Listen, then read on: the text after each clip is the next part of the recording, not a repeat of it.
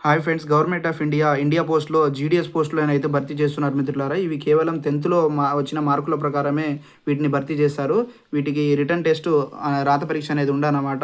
కేవలం 10వ తరగతిలో వచ్చిన మార్కుల ప్రకారం వీటినైతే సెలక్షన్ చేస్తారు. సుమారుగా 28,000 చిల్లర పోస్టులైతే వీటిని భర్తీ చేస్తున్నారు ఆల్ ఇండియా లెవెల్‌లో. వీటి డేట్స్ అయితే చూద్దాం మనము. స్టార్టింగ్ డేట్ వచ్చేసి 31 జనవరి 2026, ఎండ్ డేట్ వచ్చేసి 14 ఫిబ్రవరి 2026. ఆ తర్వాత ఆన్‌లైన్ సబ్మిషన్‌కు టోటల్‌గా మనము ఎగ్జామ్ ఫీజు పే చేసిన తర్వాత వాళ్ళు 16వ తారీఖున ఇచ్చారు. అంటే అన్‌రిజర్వ్డ్ వాళ్ళకి ₹100 ఉంటుంది. మిగతా ఎస్సీ, ఎస్టీ మహిళలకైతే ఫ్రీగా ఉంటుంది మిత్రులారా. ఎడిట్ ఆప్షన్ కూడా ఇచ్చున్నారు. ఫిబ్రవరి 18, 19లో ఎడిట్ చేసుకోవాలి. ఏ విధంగా అప్లై చేయాలి ఏంటిదనేది ఆన్‌లైన్‌లో జీడీఎస్ ఎంగేజ్‌మెంట్ జీఓవీ.ఇన్ ఆన్‌లైన్ అప్లై చేసుకోవాలి. వీటిని సబ్మిషన్ వచ్చేసి ఈ విధంగా చేసిన తర్వాత మనం మెరిట్ ప్రకారము కాల్ లెటర్ అయితే మెయిల్ అయితే వస్తుంది మిత్రులారా.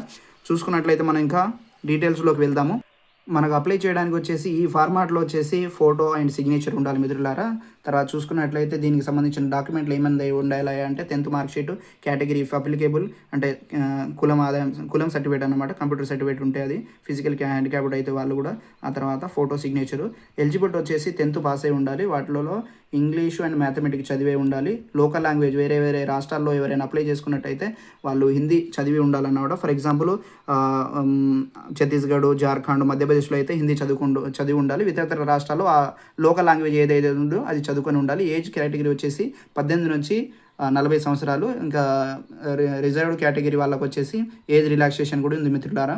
ఓన్లీ మెరిట్ ప్రకారమే వీటిని సెలెక్షన్ చేస్తారనమాట. ఆ తర్వాత document verification, fire and register ఉంటుంది. ఆ తర్వాత వెళ్ళి జాబ్లో జాయిన్ అయిపోవచ్చు మిత్రులారా.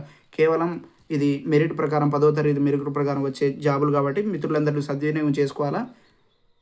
Thank you.